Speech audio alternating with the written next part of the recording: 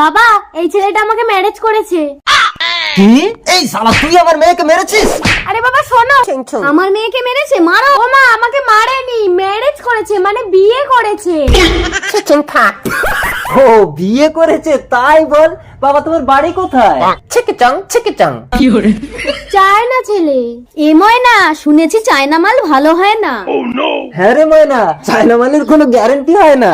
তোমার নাম কি বাবা? চন্দন। চন্দন বাবা। ও আচ্ছা চন্দন, ঠিক আছে। তুই ফ্রেশ হয়ে আয়। কই গো, জামাইকে খেতে দিয়ে দাও।